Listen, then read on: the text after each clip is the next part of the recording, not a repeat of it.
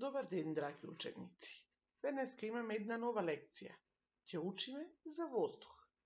Ова се адаптирани наставни содржини по предметот Основи на природни науки. Лекцијата за вас ја подготви наставничката Милица Серафимовска. Воздухот е секаде околу нас. Тој е во нашата соба, но ние не можеме да го вкусиме, мирисаме или допреме. Освен кога нешто смрди и е валкано, нели? Не можеме да го видиме воздухот, но можеме да го почувствуваме кога се движи. Сигурно знаеш што е ветер. Можеме дури и да го слушнеме, кога се движи многу брзо. Како дува ветерот? Фиу, фиу. Воздухот нема форма, но им дава форма на некои предмети. На сликата можеш да видиш балон, кој што не е надуван, и балон, кој што е надуван со воздух и со него си играме. Воздухот им е потребен на сите живи суштества да живеат. Без воздух нема живот. Еве еден опит или една активност што можеш да го потврдиш ова тврдење. Земи воздух, а потоа со прстите затвори го носот и устата. Колку време можеш да издржиш без воздух? Тоа се само неколку секунди. И на растенијата им е потребен воздух. Еве уште еден опит што можеш да го направиш дома или во училиште. Полеј го растенијето со вода, а потоа затвори го со пластична кофа. Види што ќе се случи по неколку дена.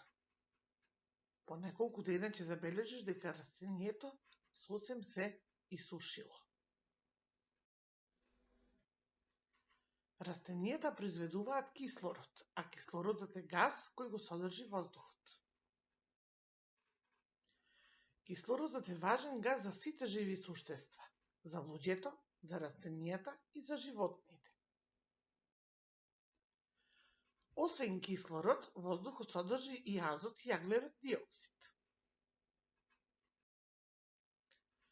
Воздухот е важен во процесот на горење. Еве уште еден опит. Свеќата гори во присуство на воздух.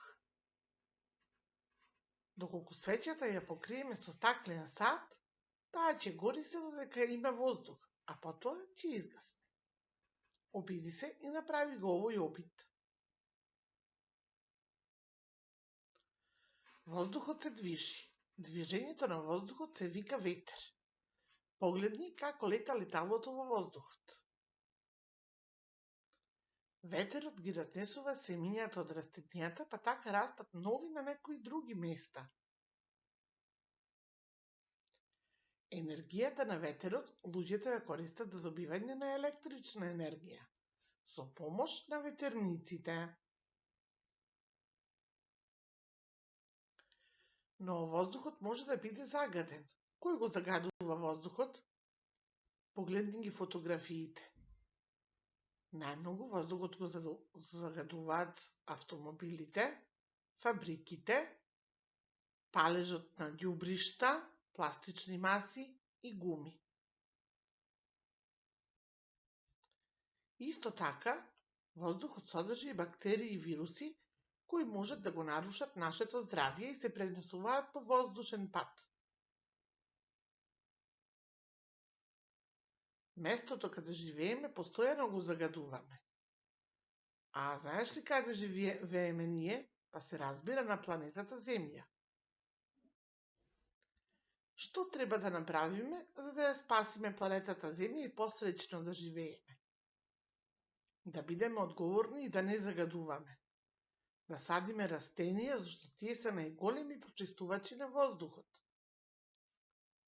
Да возиме велосипед и да пешачиме, а помалку да користиме автомобили и средства што загадуваат. Отпадоците да ги сортираме и да ги рециклираме. На таков начин ќе се избегне загадување на околината и палежот кој што многу го загадува воздухот. се надевам дека научи за воздух. Биди одговорен, одговорна и чувај ја планетата Земја. Немаме резервна планета и резервен дом.